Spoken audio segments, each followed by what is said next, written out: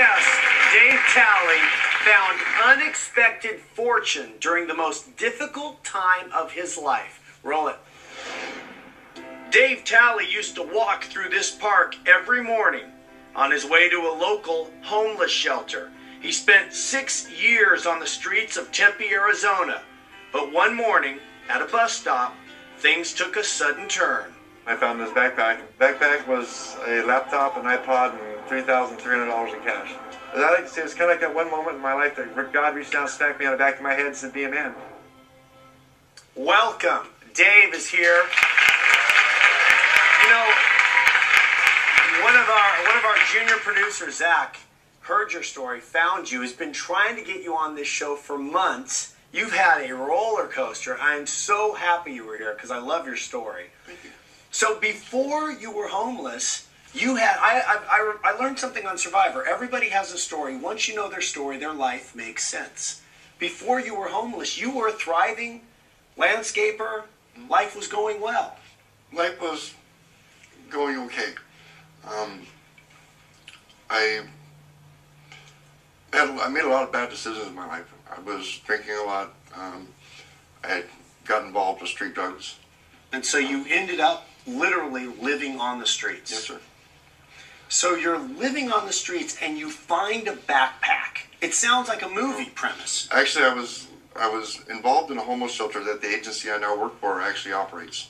But I was still using drugs, and I worked my way into a monitor position in the shelter, which is pretty much where I'm supposed to be upholding the rules and the guidelines of the shelter. So you have responsibilities.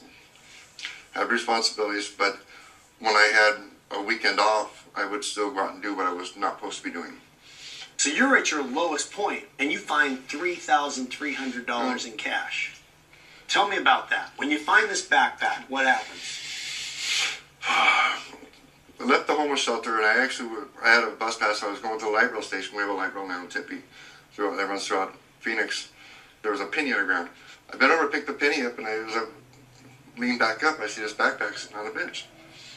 I go over to the backpack, and I opened it up, and I see the laptop and a couple other things. As I opened it up further, I found the envelope full of cash.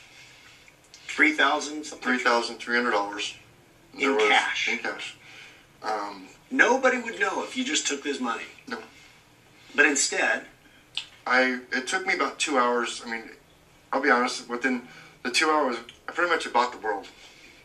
Really, with that money? Well, that's what most people would do. I could buy this. I could do this. Sure. I mean, I had a bicycle that was broken. I was getting fixed.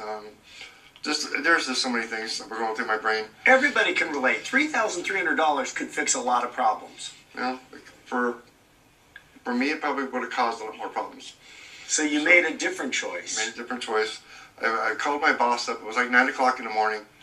And I told him, what's going on? He said, "What do you want to do?" And I said, "I don't want this money." So we brought it down to our office. They did a full count on it and everything. Looked for any ID. They couldn't find anything. So they decided to locked it up, secured it, and they started keeping an eye on for police reports, see if anyone was going to make a claim for it. Well, the kid who owned it, Brian Bellinger, he pretty much wrote it off. He just thought that no one would turn it in. And it sat in the office for like 4 days, and my boss had found a flash drive in the backpack in a small little pocket that had his resume on it. So it was Thursday. They sent him an email saying, "Hey, we have your stuff in our office. You want to come get it?" Oh, man. You completely surprised him. There's a photo of you with him. So when he comes down and meets you, what's the reaction? Is he grateful? Oh, he's extremely grateful. His family, I still keep in touch with his family. He hasn't forgotten about it. His family hasn't forgotten about it. Well, and here's what happens next. Dave does the right thing. Gives the backpack back to this kid so he can buy his car. And what happens? Karma. Donations start pouring in for this guy. That when we return. Let me see if I have this right. You have your own apartment. Yes. You have a job. Yes. You have life. Yes.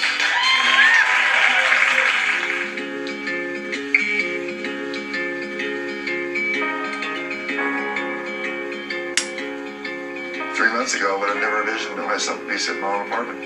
When your life goes from being in a shelter to your own home, it's pretty awesome.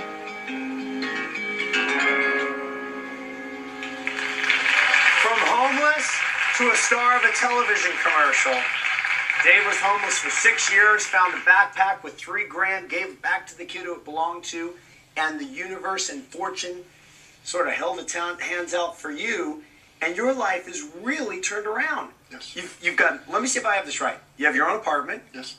You have a job. Yes. You have life. Yes.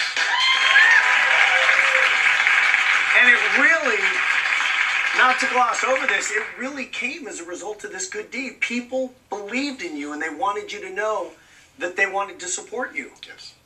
But I also keep in mind, I work on myself every day to not be the person that I was.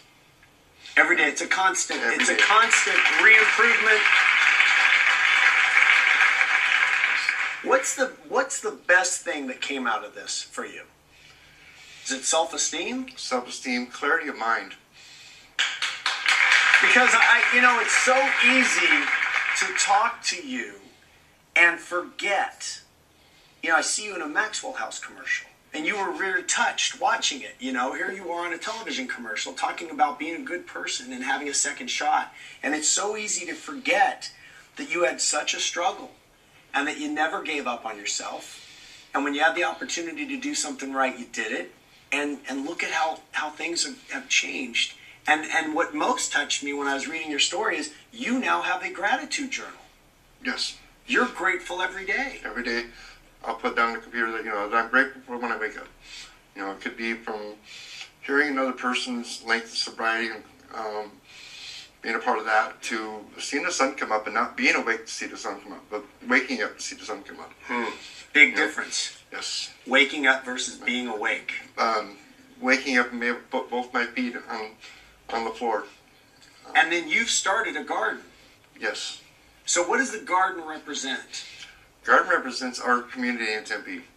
It is beautiful shots. That is the beginning of it right there. That's a recent one right there. You can see our chicken coop in the back. We have 26 chickens. All of our produce, all the eggs go into our food pantry. We have the largest food pantry in Tempe. We're going to take a break. When we come back, Dave, I have one last question for you. I'm going to give you a minute to think about it. And I want to know, is there a misunderstanding that people have about people who are living on the street? Is there any insight you can give us? We'll wrap up the show. Be right back.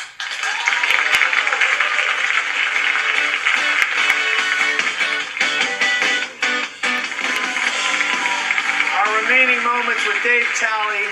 So I'm going to set this up for the people who are struggling, maybe like yourself. They're struggling with an addiction of some sort. They don't want to be there. It's easy to drive right by and say, hey, loser, sorry, you made your choices. What's the misunderstanding? Or what is the piece of compassion that we should have? We're all people. Regardless of our circumstances, we're still all people inside. Whether we're on the streets or in a car or in a house, we all deserve equal compassion. Dave, thank you. Thanks for showing us what happens when you do the right thing.